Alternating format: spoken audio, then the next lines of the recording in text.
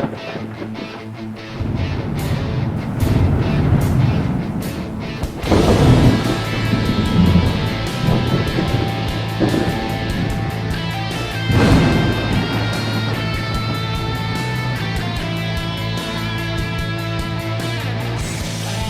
out there. Welcome to the No Shit Cast. I'm your host, Matt Frazier. Woo! Got another big old sack of the fun stuff set up for us to talk about tonight. Sitting in the co-pilot seat, back by popular demand, none other than the Grey Wizard of Historical Knowledge himself, Mr. Eric D. Smith. How are you tonight, Mr. Smith? I am doing very well. That's it? Just very well? Very well. Usually there's... Maybe I'm misusing that adjective. I'm doing well. I'm all right. I was considering doing good earlier, but I'm just not that well aligned. Just not there, huh? Sent in the engineering booth, Mr. Devlin. How are you this evening, sir? I'm doing great. I always feel like I'm putting him on the spot, you know. Well, like, and he didn't use an adjective, so he was safe. Yeah. All right, so go ahead and bring up the show includes here, Mr. Devlin. I've got some cool stuff. We picked up some new subscribers here recently on YouTube, which has been a great big success, by the way. So thank you, everybody. I'm just stunned at how well YouTube has gone since we've moved over to the video format. Contrary to some people's, I don't know, instincts, I guess is the right way to say that. But and wanted to say hi to Jeffrey Cox Jr. Okay. And Cassie. Again, obviously. yeah. Yep. Cassie loves the show, yeah. Mm-hmm. And Susan Withers.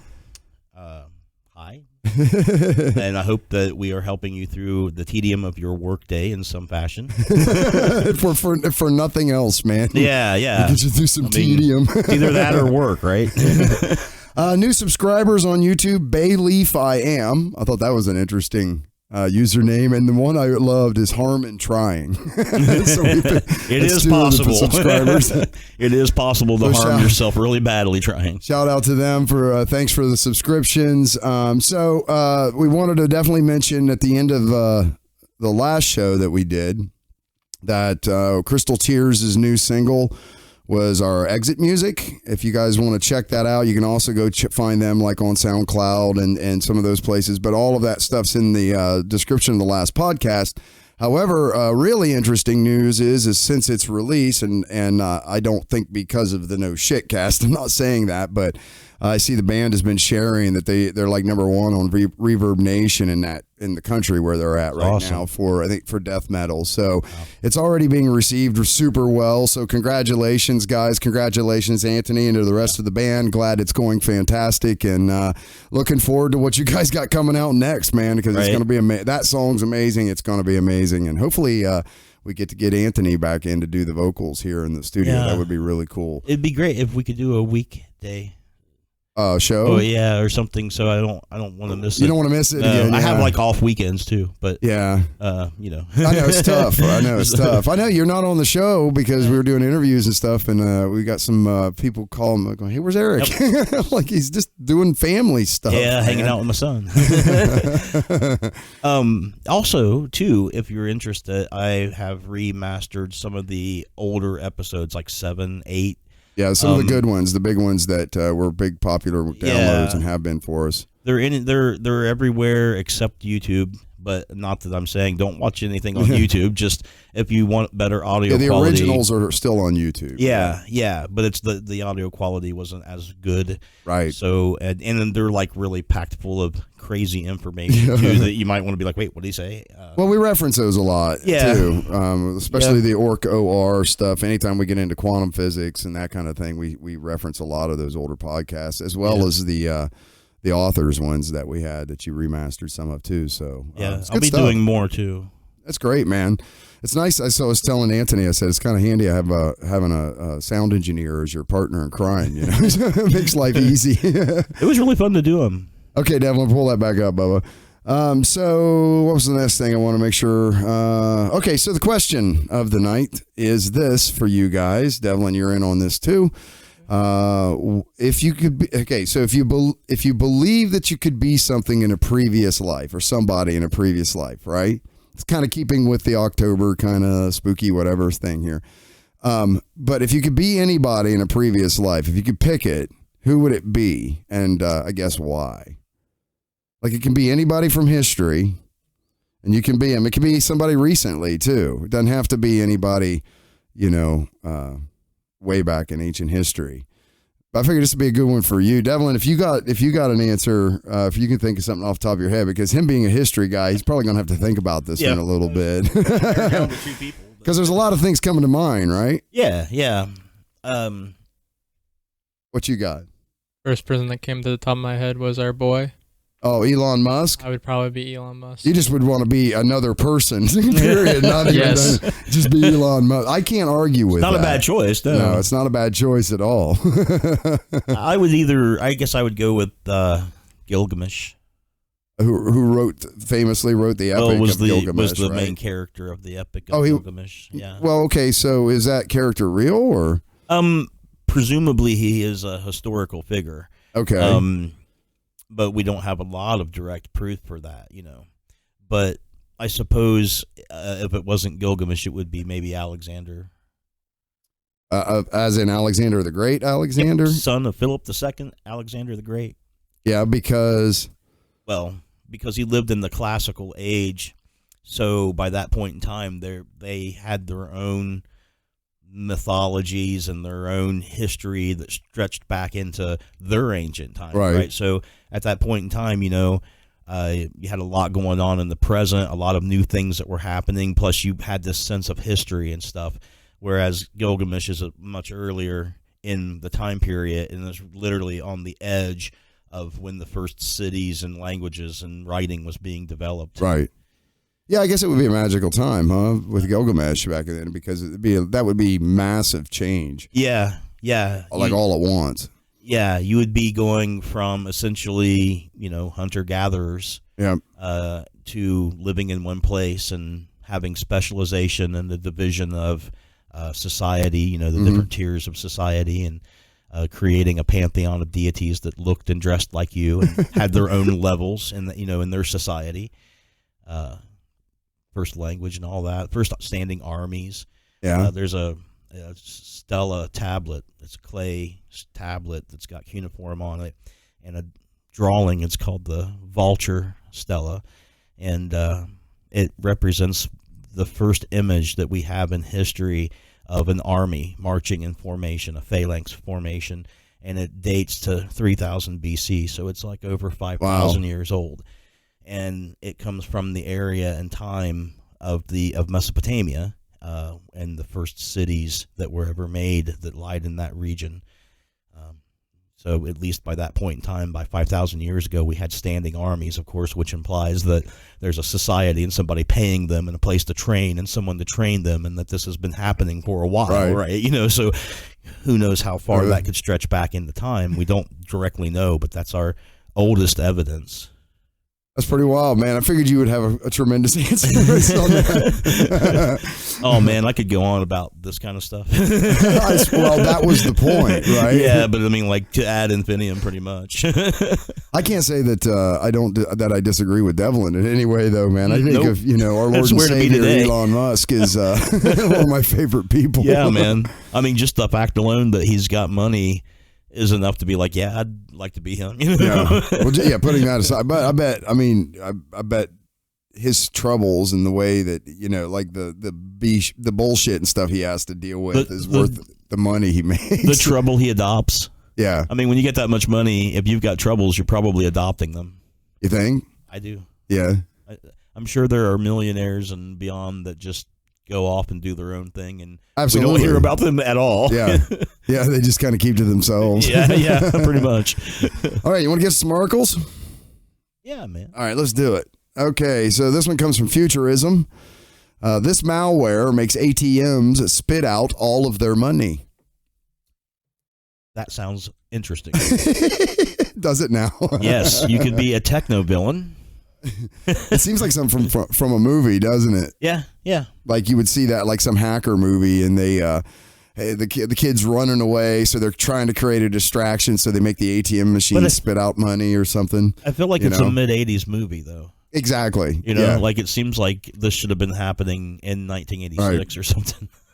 Jackpotting attacks, which are attacks that make ATMs spew money, are becoming increasingly common around the world. Why don't I have this kind of luck when this happens? What are you in for? Jackpotting. Jackpotting. Hackers equipped with black market software are targeting cash machines with dated software and substandard security. There you go. Yeah. The bane of any computer anywhere. They got to do the updates, folks. Walking away with millions over the course of a series of attacks, according to a collaborative investigation by Motherboard and German newsroom Bayer researcher Rundfunk. Anyway. Yeah. Though law enforcement agencies are tight-lipped about the trend, it's a sign that banks may be surprisingly vulnerable to cybercrime. Well, this is one of those things about what technology giveth, technology can It take also us away. take away, yeah.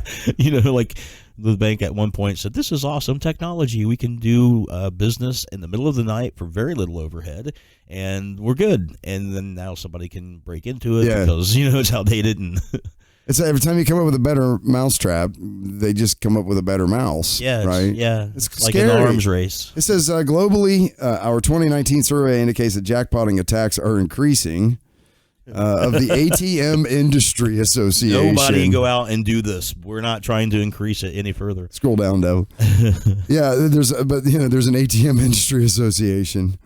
Let's see. Both the German attacks and others throughout Europe seem to be carried out with Russian software. Well, that's where you get your best hacking software, obviously. It's called something I don't want to mention, which motherboard Voltus D? No, Cutlet Maker.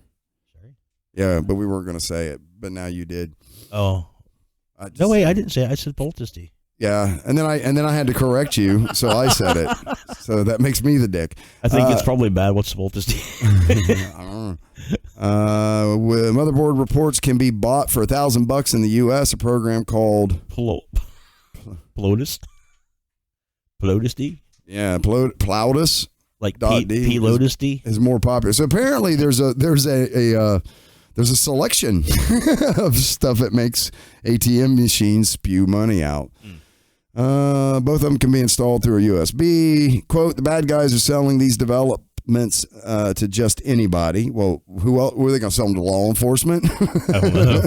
Bankers? David Sancho, a jackpotting expert at the cybersecurity firm Trend Micro, told Motherboard, potentially this can affect any country in the world. Yeah, unless we update. Yeah, right. Oh, there he is. Moment of silence for our Lord and Savior, Elon Musk. So have you heard about Fortnite? Devlin, you must have heard about Fortnite. It's an electronic video game, is it not? Devlin, how significant is Fortnite? It's too big and needs to die. Apparently it blacked out. Now I don't know if it's back as of I can't remember what date this is, but this was a day or two ago, I think, that I pulled this into the list. So it may be back, but Fortnite had like this weird event. What's that? It's back. It was just an event. I know exactly what happened. Okay. It was to kickstart Fortnite Chapter 2. Which is like a whole new launch for them, right? When it just some like weird black hole thing. Well, a while ago, Elon Musk had tweeted that he was going to buy and delete Fortnite as like a joke. Right, because he says the world could do without it or something like that. Yeah. It was like hurting society or something. Yeah. It's sucking too much time away. You need to be reading the books. So when this happened, so we talked. Yeah, I already talked about that singularity, blah blah blah. But he tweeted because he said, like Devlin said, he was going to actually buy the game and like delete it, get rid of it, so it wouldn't be around anymore. But so he tweeted something like "You're welcome" or something like that. Now I don't even see the tweet. Where'd it go? It was in here. Scroll down further. Right. So, because we pretty much covered the article, rather than just read it, that was the point. Yeah, Elon Musk buys Fortnite and deletes it. That was a headline. He said, "Quote: I had to save these kids from eternal virginity." All hail the boss. It's been a charming back and forth between the SpaceX CEO and creators of Fortnite. Interesting that it was a rocket that ended up deleting the Season 10 Fortnite map. Could this really be the end? So, Devlin, you said it's already back? It is back. Its trailers have already come out. Oh my god, a media stunt. Yeah, it worked. I mean, a lot of people were like, "What's going on?" Like the game just stopped. From what I understood. Yeah, you know, Orson Welles got in trouble for that kind of thing too, and he wasn't even trying. You know, when he was doing the radio broadcast of War of the Worlds. War of the Worlds, where everybody freaked out because they thought aliens were actually invading the Earth. Yeah, and they had to apologize to like the FCC or something. Yeah, it turns out sarcasm, or I just don't think he. It was just a misunderstanding. Yeah. Yeah, he thought, hey, I'll make this really cool and everybody will get it and it'll be this great thing. And just no. That's panic. Suddenly the courts want you to show up in front of them and explain yourself, right? Yeah, explain this to us, Mr. Wells. So a lawsuit has been filed. Fortnite is as addictive as cocaine and ruins lives. Oh. Which major video game has ever come out that this has not happened to? I wonder whose lives it ruined. What do we do? Whose lives got ruined? On Thursday, a Canadian law firm filed a notice requesting permission to launch a class action lawsuit against Epic Games, makers of the incredibly popular video game Fortnite, on behalf of two parents in Quebec.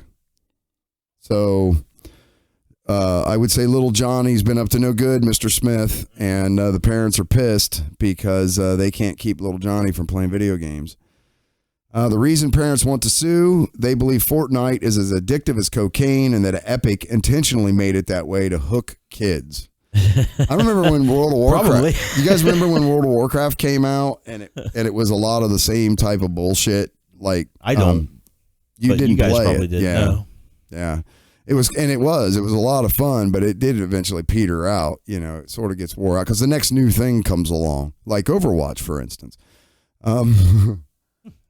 One parent claims in the filing that their 10-year-old son has been playing the game almost daily for months and becomes very frustrated and angry whenever the parent tries to limit his playing time. Yeah, that's what kids do when you tell them they can't do something that they want to do. Yeah, which invokes the rule of parenting. Yes, right. Of course, you have to be permanent parent. Yeah. Sometimes you just got to jerk a knot in that little fucker's ass, man. That's all I'm saying. Yeah. Figuratively. He's back here rolling his eyes. Yeah, figuratively. The other parent says in the filing that their 50-year-old son quickly developed an addiction to Fortnite. The lawsuit goes on to note that some Fortnite players don't eat or shower and no longer socialize. Well, that would prevent the virginity, would prolong the virginity, I would say. Yeah, but once they find sex, if they think they got a problem with this video game. Yeah, wait till they find sex. Let me tell you what, kids, you ain't seen shit yet. You'll never see that kid in front of the TV again, you know? Like, you're like, fuck them video games. Right. Because he's got an addictive personality, clearly, so... That Fortnite is addictive is just one part of the lawsuit. Another alarming claim is the allegation that Epic Games wanted it to be addictive. So basically, Epic Games wanted the game to be as fun to play as possible. Yeah. Is this a conspiracy? I mean, is this just the best way to design video games? How dare you make something that I feel like I got my money's worth for? I mean, damn it. Or even trying to make it better. Devlin's back here having an aneurysm. God forbid any game company wants their game to be really fun. Right? That's what I'm saying. Right? What a terrible thing to do. How dare they? How dare they? These articles give us the more product than we wanted for our money, you know? If you want a clear example of that, take some look at some YouTube videos on early No Man's Sky. Yeah. Where they were basically promising more than they had. That was a shit show. It was, let's be honest. Oh my God, that was it. That didn't go well. That thing bounced back like crazy, dude. Like it's everything and more than they even promised initially. Now, and did they fix so you can actually see other people in the servers and stuff? Yeah, and made it even better. I'm like, it's amazing. It's won awards now for like best comeback game. You know what I mean? Like it's like in a category now. Right. I was really interested in that when I first heard about it, but then the disaster that was the launch, and I was like, ugh. It just reminded me of the one of the Sim Cities that came out was supposed to be this great, and it was a train wreck. You told me about it. You told me about No Man's Sky, and I went and pre-ordered it. and I downloaded it as soon as they released it and enjoyed it on day one. Like, I enjoyed it. I don't remember. I seen you play it, and the frame rate was I got pictures on Facebook. Yeah, the frame rate was terrible. So catastrophic. But I was still really happy with it. Well, that was my system. Okay. That was my system just being subpar. It was never built for graphics. It was built for sound. That's right. So, but that was just, that was me. But I liked it because it gave me a better reaction time in a sense, Well, if they fixed all of that stuff, man. I mean, it looked like it was going to be an absolutely gorgeous, and it's a whole different thing. It's not about running around and shooting and killing or dominating or anything like that. It's about discovery. So, I mean, and from the beginning, if the only thing you wanted out of the game in the beginning, is that actual screenshots, Devlin? Yeah. Yes, they are. They're screenshots from the game. That's what it looks like. Bring this one up here on the right. Make that full screen. Good. Oh, okay, it's from an article from Hard Drive. What's the headline? Wait a minute. What's the headline say? Man who prepared marriage proposal in No Man's Sky forgets which planet it was on. Yeah, exactly. Nerd problems. Wait, scroll down. That one's going in the show. Let's see this. What's it say? This is from Huntington, New York. Nathan, this is from thehardtimes.net. It's not the website I thought it would be. Yeah, well. Nathan Patterson and Blake O'Hara are still searching for a secret marriage proposal hidden on a planet in No Man's Sky after Patterson forgot which planet the proposal was actually on, according to close sources. Patterson tweeted out to Hello Games several weeks prior to the search, asking them to include the marriage proposal on one of the game's procedurally generated planets. Patterson was able to find the planet after a few hours of play, but he advanced so far ahead that he forget which of the thousands of planets had the proposal when he innocently suggested his girlfriend play for a bit. Yeah. It didn't work out. Nope. Huh?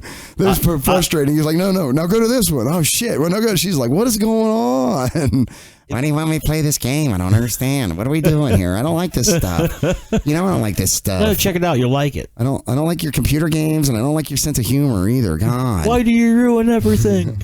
He says, quote, I had my girlfriend pick up where I left off on my 90-hour playthrough, Patterson explained. Wow, and they were worried about Fortnite being addicted. Yeah, no shit. She's been having a rough time of it, but if she sticks it out for a little longer and backtracks through all the planets I've excavated, we'll be able to laugh it off on our honeymoon, I think. She's pretty pissed at me right now for pushing her to put in major shifts to find this goddamn planet. Man, first world nerd problem. That's it, man. Totally first world. I basically spent my entire day playing this fucking game because he forgot where the shit this message is. She sounds pleasant. At least he found somebody like him. Quote, I don't even like it. All I do is fly around space, scour entire goddamn planets for their sources so I can repeat the cycle. My boyfriend insists that I keep playing, but if I don't find this fucking message soon, I may just snap his neck. Ruining people's lives and as bad as addicting cocaine. Lately, her game sessions have consisted of her throwing the controller at the wall and screaming at me. Oh, no. At this point, I am having doubts if she will say yes, even if she does find it like I'm in some shitty gamer version of the Twilight Zone hosted by JonTron. Okay. Yeah. Where's JonTron? Planet to planet to planet to planet. Okay, whether you like JonTron or not, based off of whatever he said, he's still really funny. Okay. And this is just, he's too, I'll show you JonTron after this show. Okay. He's pretty funny. Okay. But he said some controversial shit. But he's funny. So he's like in hot water somehow. He was. Yeah. And then when he disappeared, everyone was like, no, come back. Oh, please. We miss you. We miss you. Yeah. All right. Take us back. We went down a wormhole here. Okay. So anyway, you were talking about this. Well, yeah, I was just saying, and when it first came out, if you were just to be happy with going from planet to planet and taking pictures of shit, like if you were driving across zoom out a little the U.S., just taking pictures with no destination in mind, then that's all it was to begin with. I was okay with that, right? And I would go and seek out black holes and travel through the black holes, which would damage the ship, but you would travel so much further, right? And then I would repair the ship over time and check out the local environment, a few planets here, a few systems there, a few stars. So people who don't know what we're talking about here, give kind of the scope of this game is that no one can ever reach the end of it. Well, right, because it's like a procedurally generated world somehow, but it's persistent, right? Yeah, it's that you can get to the center and. Go ahead, Devlin. I was just gonna say, out of 10, what would you score No Man's Sky, Eric? You mean as I liked it personally? How would you rate the game? In the beginning or now? Now.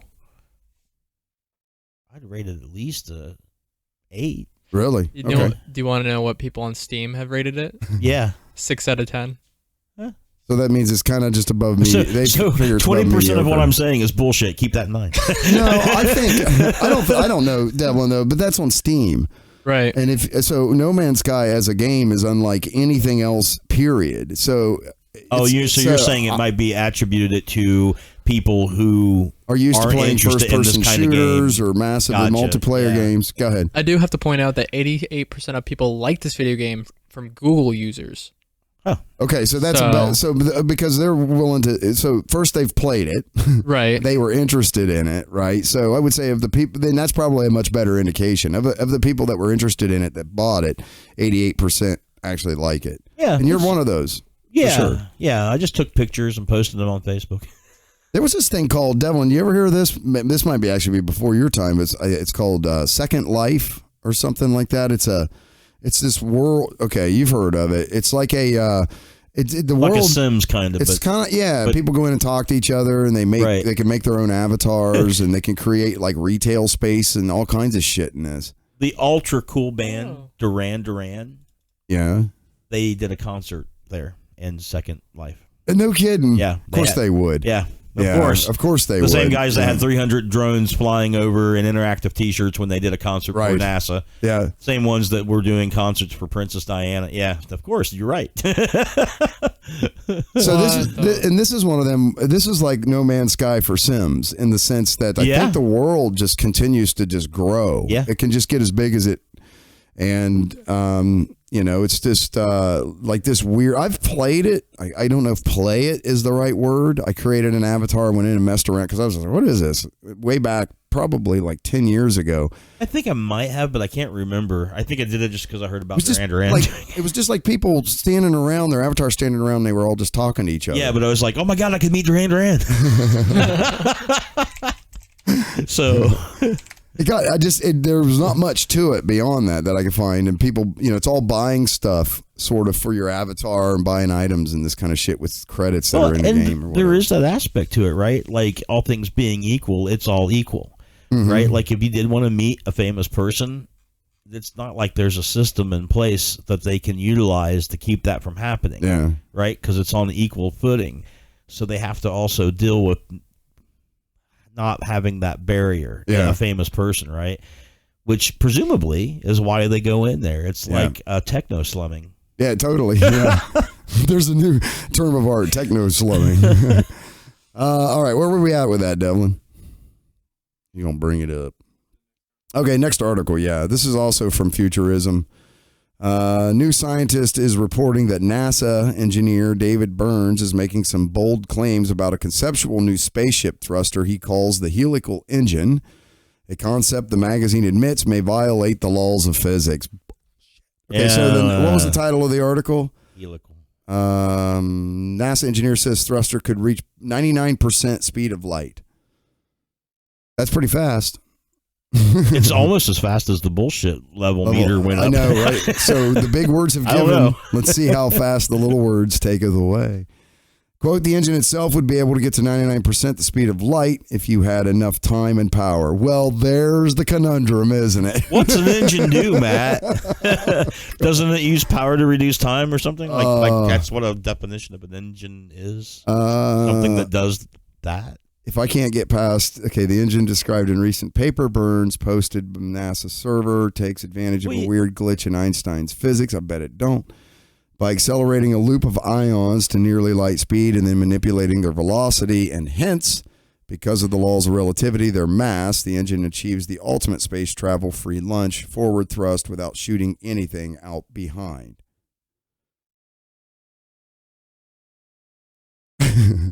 Quote, I'm comfortable with throwing it out there, Burns told the magazine. If someone says it doesn't work, I'll be first to say it was worth a shot. What's that? Like saying if you buy a lottery ticket and someone say, hey, you didn't win. Well, it was worth a shot. Yeah. Well, okay, so we've talked about that, what do they call that? The thruster, the one that came out that's supposed to have, I think it's the VR engine. Yeah, yes, a propellantless thrust. Yeah. And they thought it was also somehow bending the laws of physics and different things, but turns out later I think we figured out that it's actually not. They have a real good theory on how it works. Yeah, but as we last left that, they were trying to develop a way to cut out the Earth's magnetic field to make sure that wasn't in some way interacting with it. Like, it had the tests had gotten so ridiculous. They're like, well, yeah, but if it was in a complete vacuum and wasn't being affected by gravity and the Earth's magnetic field, like, well, it would probably work. It's like, come on. Yeah, it was, but we talked about that too, and that was interesting because I was like, well, wait a minute. If it's interacting somehow with the Earth's magnetic field, that in and of itself is for propulsion. That in and of itself is a significant discovery here. Wait a minute, do we just bury the story? Because that gets me to hover cars and hoverboards, And presumably they'll say something more about it someday. Can we go back to that article? What was it say about the accelerating the ions? It said it was up a little, by accelerating a loop of ions to nearly light speed and then manipulating their velocity, and hence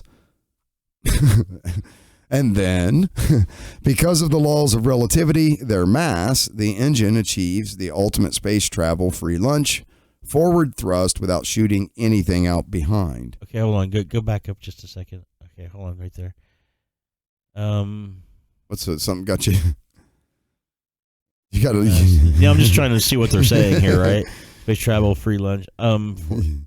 Devlin's getting ready for the smackdown. He's like, no. I'm just like pulling the belt out. Yeah. So essentially, it's an ion engine. Which already sort of exists. Right, which definitely exists, and it's not sort of exists, definitely exists. It definitely does. They've used it out in Voyager space and has stuff. one, doesn't it? One of the Voyager satellites have an ion engine? I am honestly not sure, but I know some probes have. Okay. And basically, it's only really viable out in space where there's no drag or resistance or anything to get it going, right? But eventually, you can get it up to really high speeds, right? So somehow, that engine would have to accelerate these ions, like in a cyclotron, like the Large Hadron Collider. It would have to accelerate them to near the speed of light, and then release them in some way that's projecting them, or just try to stop them. Because if they have any mass, then the opposite would happen, right? It would feel that as a force, and so it might be a really small force, but it would feel it that way. But cyclotrons are these giant instruments that's made over countries, right? Like the Large Hadron Collider is the biggest, and it is in the middle of, like, it takes two countries, like Geneva and Switzerland. Well, not the whole country. No, but it spans too. It spans through the borders. Yeah, because it's huge. It's like 17 miles or something in circumference.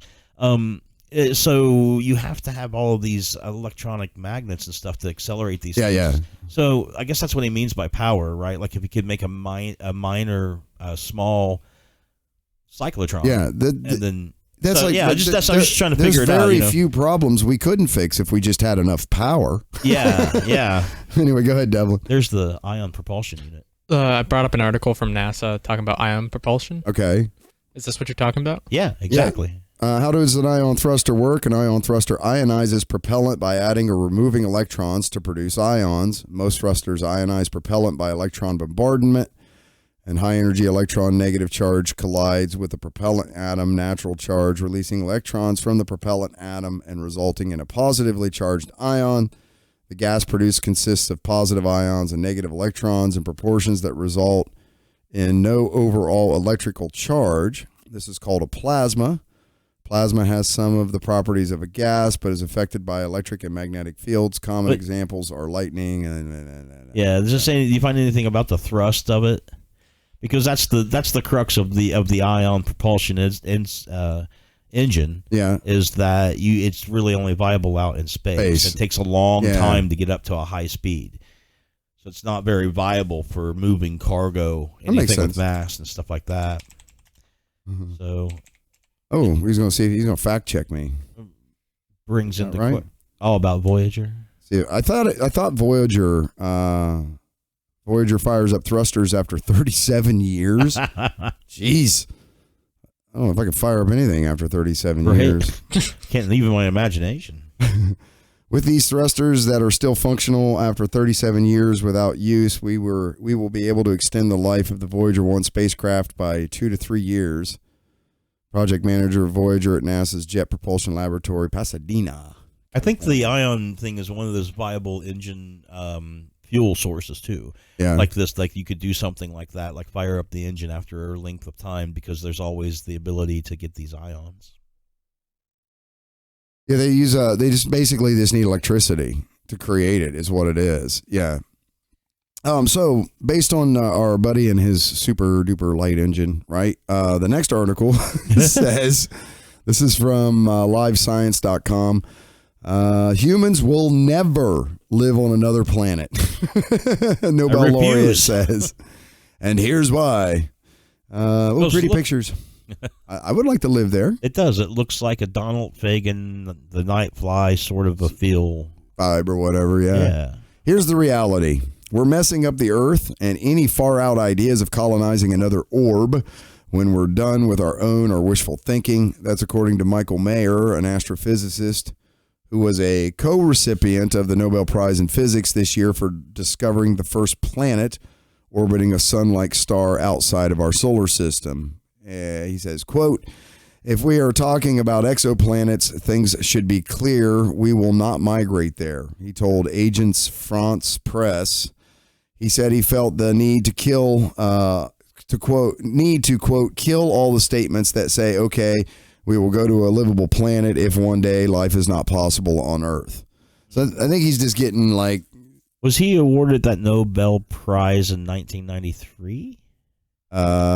October of 95. That's when he was. He shared half of the Nobel Prize this year. Half of the Nobel Prize this year, along with Dieter Quelez for discovering the first exoplanet in October of 95, using novel instruments at the Haute Provence Observatory in southern France. Is that hate? I don't know. They detected a gas giant similar to Jupiter, which they named 51 Pegasi B, not LV-426. Can I go down a wormhole? Yeah. Could you look up Saul Perlmutter? Don't laugh. Sounds like a great comedian. No, it's an astrophysicist. Don't laugh. That's him. I can say with 100% assurity that that's exactly what I thought he was going to look like. Exactly right. Now, I'm pretty sure, didn't he win some kind of a prize for discovering the first exoplanet? Yeah, but the distinction, I think, for this other guy was... Saul Perlmutter, Fax Nobel Prize. Yeah, but... So I'm just curious, because I thought that he had won the Nobel Prize for that. And I heard that 2 teams had done this simultaneously, like discovering TV or something. It says his prize was for the discovery of the accelerating expanse of the universe through observation of distant Type 1A supernova. Okay, well. Damn it, man. It's rare that you have your... Yeah, I thought he had something to do with that. But what was funny was I didn't know his name. So I'm just going to give you a 10. Okay. Because you knew who this guy was. Because you pulled out the word Saul Perlmutter. And you knew he was at least a physicist of some sort, right? That won a Nobel Prize. Right. But since then, over 4,000 other exoplanets have been found in the Milky Way, but apparently none of them can be feasibly reached. Of course, now they've discovered almost 4,000. That's what, since then, over 4,000. Yeah. By the way. Is there a delay? Yeah. We got Do you understand the words coming out of my mouth? Green fairy delay. Yeah, green fairy delay. I think we beat this one up enough, Evelyn.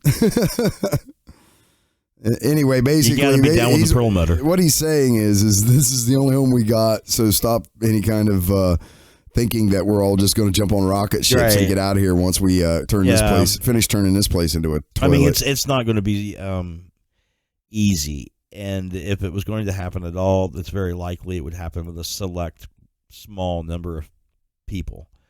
Yeah, it wouldn't be me. Yeah, it'd be like seeds, man. Yeah, they would not be sending me. And that would be best case scenario. Could you imagine being trapped with me on a spaceship for like years?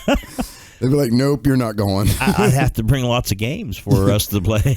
Yeah, I'd have lots of games, all right. This is from Nerdist. Scientists have discovered mysterious creature below Antarctica.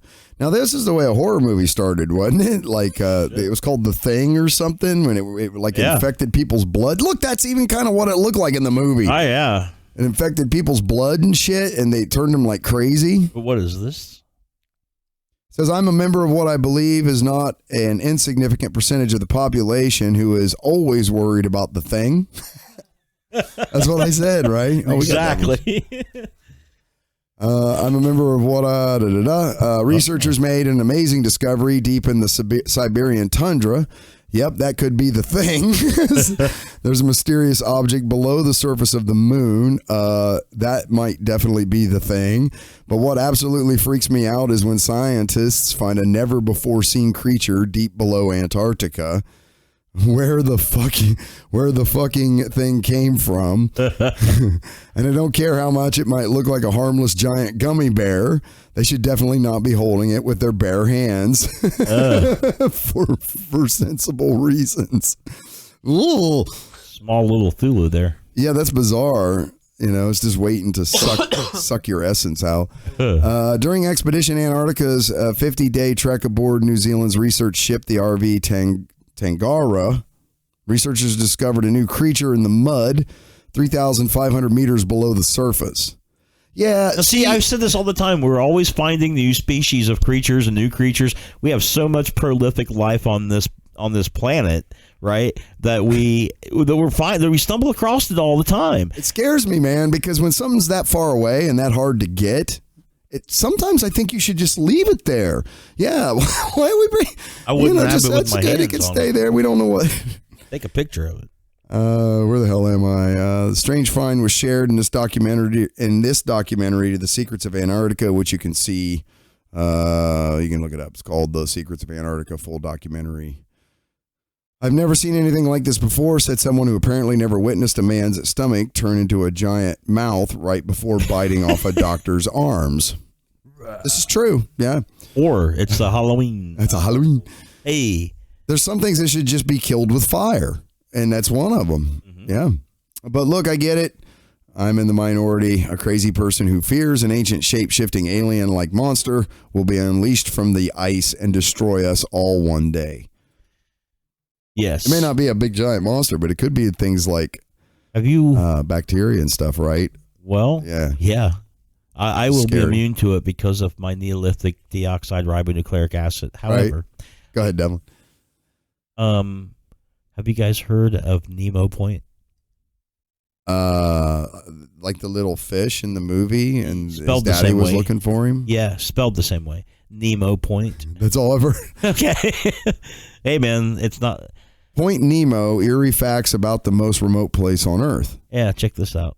I have heard of this. Yes. And hello, Lisa Love, if you're watching, who turned me on to this, actually. So it's the furthest place from any land mass you can be in the world, right? And in fact, people in outer space are closer than anyone else. That's right. The International Space Station, when it's flying over here, if you're in the center of it, miles above, is closer than any other any other landmass. Yeah, if you needed help. And it's also the place where, when NASA needs to schedule a ship to come down out of orbit or a satellite, it crashes at that same spot. Right. Well, Devlin's bringing up some interesting shit here. Wait a minute. Wait, what did you just say? Because I'm reading here. It says the bloop, a mysterious ocean sound louder than any creature. And then you're over here. I'm seeing this, and then you're tossing Space something graveyard, on me. Yeah. Yeah. Is that right? So, you want to talk about this first? Do you want to talk about this first? Wait, scrolling. Too much data. Back up. I need to start with the bloop here. Yeah, I mean, I can just tell you what's up because I read it. Okay, go ahead. Or you can read it. What do you want to do? Because Nemo Point is located in what has been described as the least biologically active region of the world ocean, scientists were surprised when in 1997 they detected one of the loudest underwater sounds ever recorded near the pole. Oh, no. Oh, no. The sound was chorus of oh no's. The sound was captured by underwater microphones more than 3,000 miles apart. Befuddled. What do befuddled mean? Because there's microphones in the ocean, so don't get paranoid. Yeah. Befuddled scientists at the National Oceanic and Atmospheric Administration were at a loss to think of something large enough to create such a loud sound underwater and dubbed the mysterious noise the bloop. Sci-fi enthusiasts, however, quickly thought of one explanation. I'll bet they did. They went right away, and it's interesting. I'll bet it's aliens. It's worse. Interdimensional aliens. Oh. Now this is H.P. Lovecraft. Yeah. When H.P. Lovecraft first introduced readers to the infamous titular tentacled monster in 1926's The Call of Cthulhu, he wrote that the creature's lair was the lost city of Riley in the South Pacific Ocean. Right? Okay, everybody's in agreement. Lovecraft gave this city the coordinates of 47 degrees 9 seconds by 126 degrees 43 minutes south by west, which are astonishingly close to those of Point Nemo and to where the bloop was recorded. He actually gave coordinates that's very close to that. Okie dokie. I like how innocent this Cthulhu looks. He looks like he's taking a shit. Yeah. I mean, he's like reading a book under the tentacles. Hey, bring me some paper. I had taco. Never mind. Let me see. Lovecraft first wrote about his sea monster in 1928, nearly a full 50 years before Lucatella calculated Nemo's location. Led some people to speculate that the pole of inaccessibility was, in fact, home to yet an undiscovered creature of some sorts. I mean, I guess there could be something way the hell out there in the deep, deep, murky, 3,500 feet below, buried in the mud that we shouldn't bring up. It is weird how discover that. Chance and circumstance and if it's making a lot of noise, we should really leave it alone. Right? Big, giant blooping noises. Release the Kraken, right? Or Godzilla or something. So, also, there. Oh no! Was that the end of the article? No, there's another part of that article that talks about. He's got to look it up again. No, that's good. You're good. About the space graveyard. Oh, that's what the whatchamacallit, the sci-fi enthusiasts. Yeah, it must have been at the top higher or something. No, I think it's down further, isn't it? I think it ends right there. I think that's why he. No. Come on down. As it turns out, the bloop was actually the sound of ice breaking off of Antarctica and not the call of Cthulhu. Man. Yeah, we didn't need to read that, but it's cool.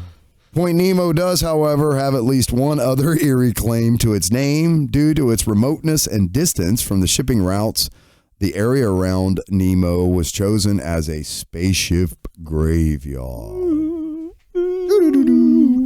Because autonomous spaceships are not designed to survive re-entry into Earth's atmosphere, the heat usually destroys them. Scientists needed to select an area when there would be an extremely low low risk of humans being struck by flying space debris. With a population of 0, the oceanic pole of inaccessibility at Point Nemo offered the perfect solution. If that's where you're at and that happens, it had to have been your time. Yeah, man, dude, the odds, right? Right. Well, and if there is creatures that live in there, then they probably think they're under attack, right? Because that's where we're throwing all of our shit. Somebody call Godzilla. We're giving them technology to take us over. That's what it is. We're showing them burnt up like those moss technology. pigs on the moon with the library and the DNA. Yeah, they're going to eat the DNA and read the library and come back and dominate us through those earworms that was in Star Trek, right? I told you first. Mark this calendar. Mark my words with a highlighter. Yeah. Although a Lovecraftian monster may not lurk in its depths, Point Nemo is surrounded by remains of spacecraft that are indeed not of this world. But they kind of originally. Yeah. Or that's where the government gets rid of all the alien technology, right?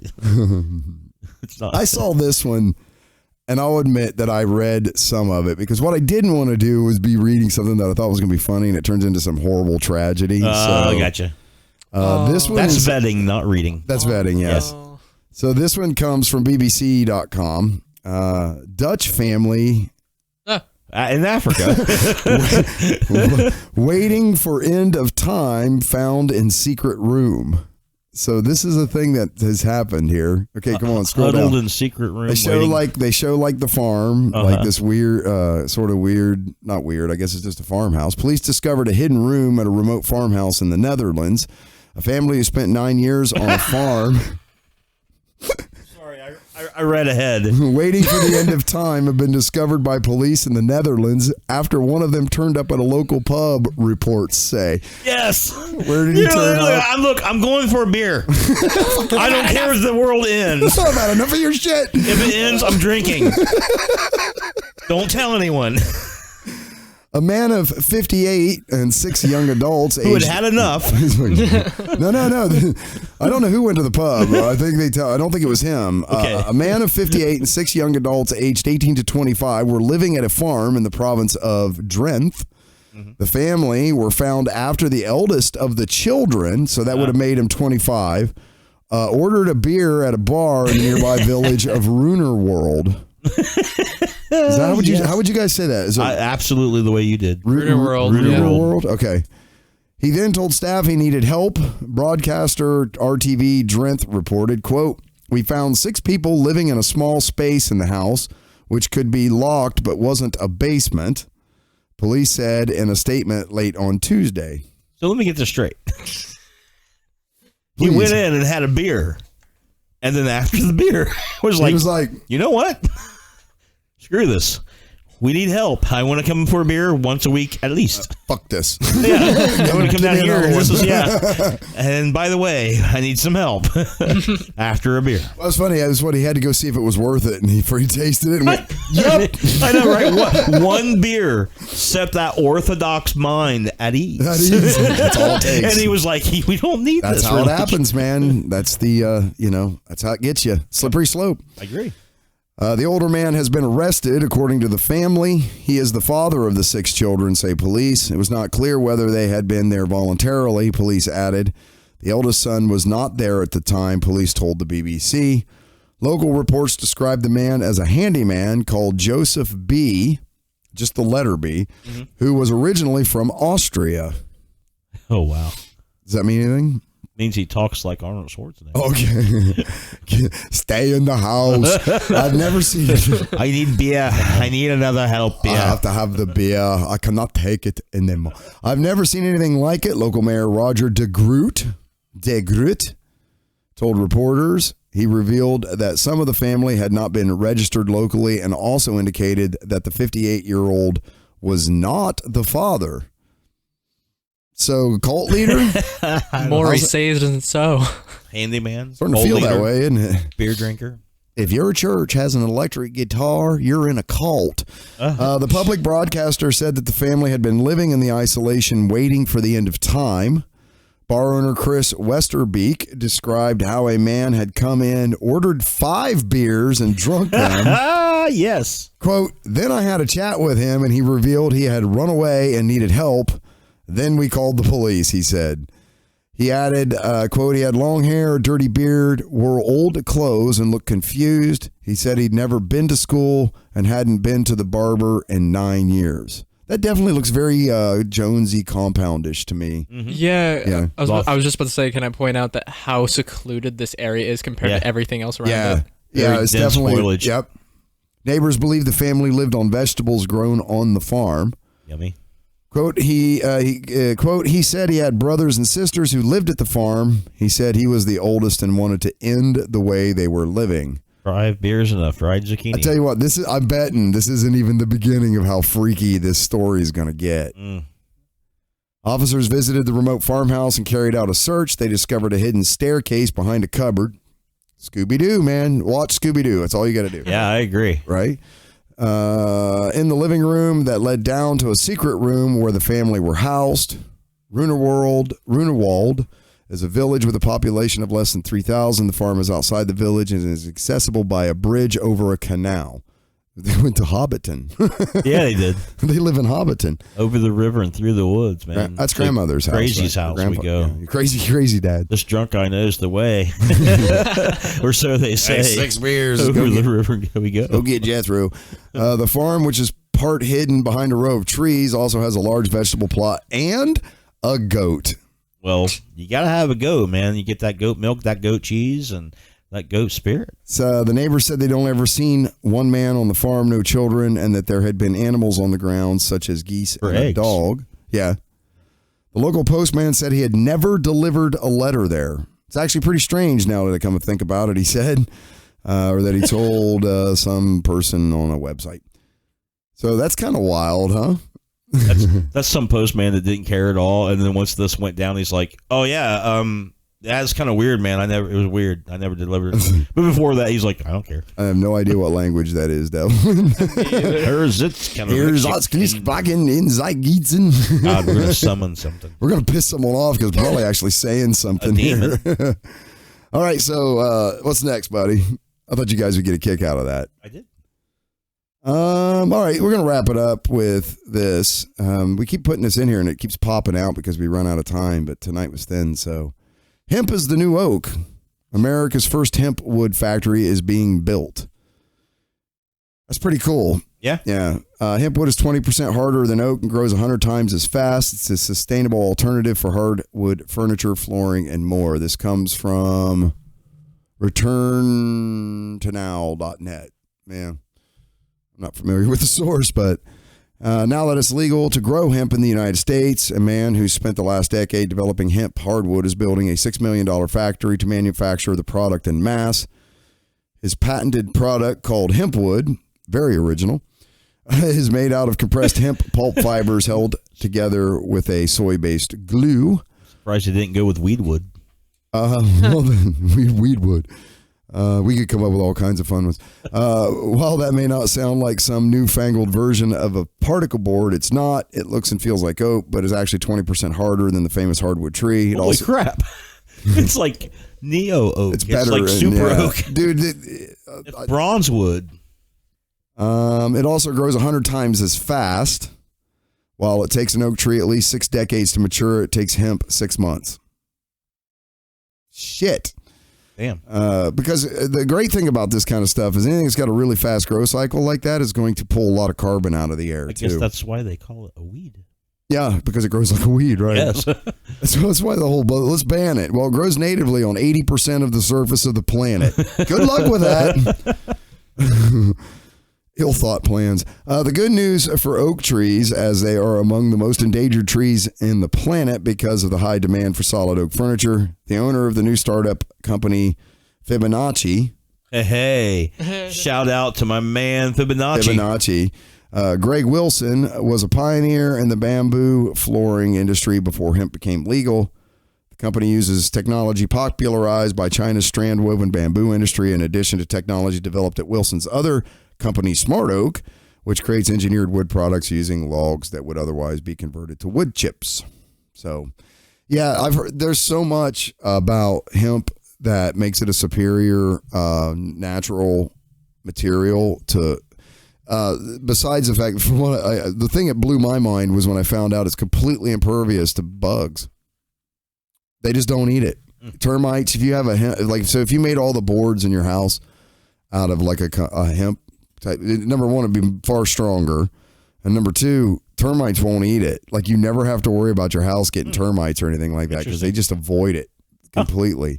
So it can be easily made very fire retardant. There's like all these things, and you're like, why the hell isn't everybody doing this? Yeah. But what surprises me is how few other countries do it.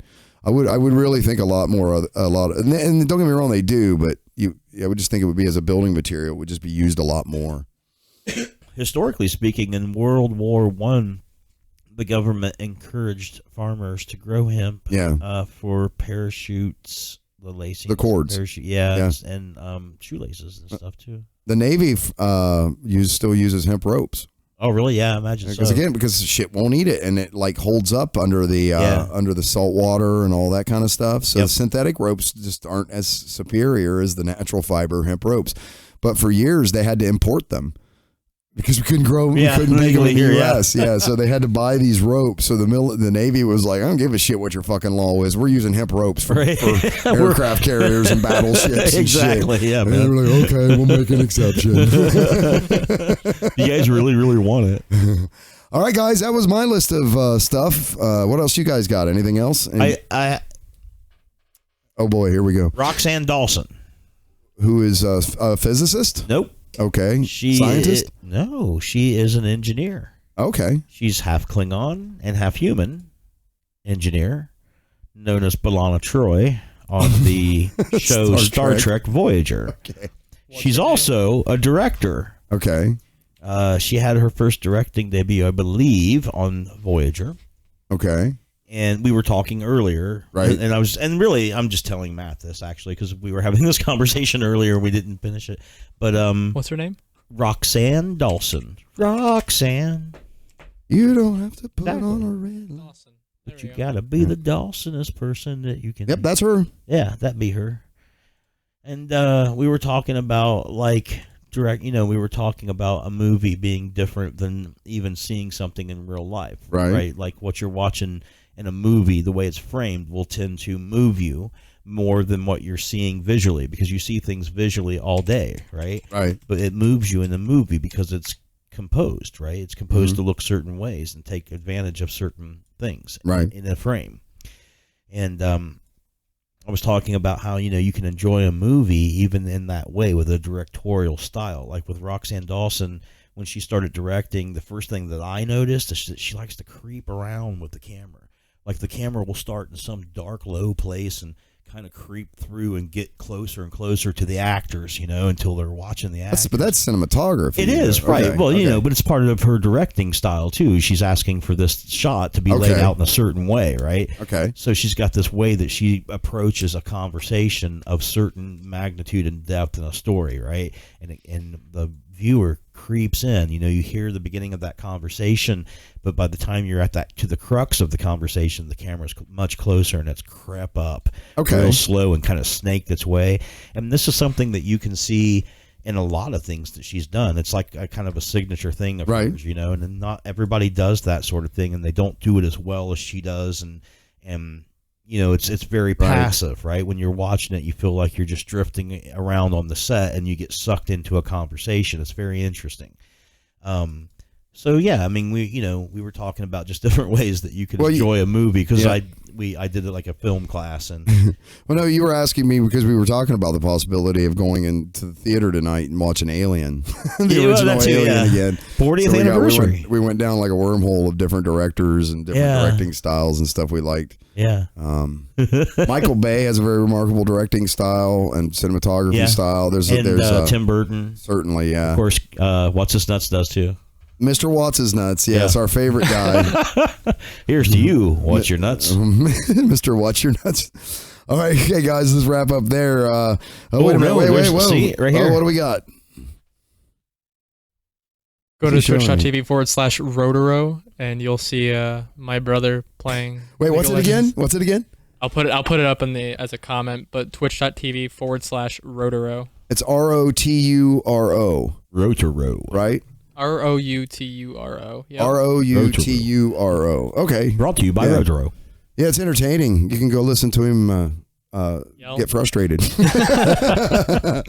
All right, cool. Thanks for listening, everybody. Check us out at www.noshitcast.com. It's KNOWSHITCAST.com. Make sure you hit those like and subscribe buttons. Check us out on YouTube and make sure you subscribe to us on iTunes and that kind of thing. We really appreciate it. Give us a share. Helps us out a lot, and it makes us feel good about ourselves. But thanks for listening, everyone. We'll catch you all next time. Bye, Signals.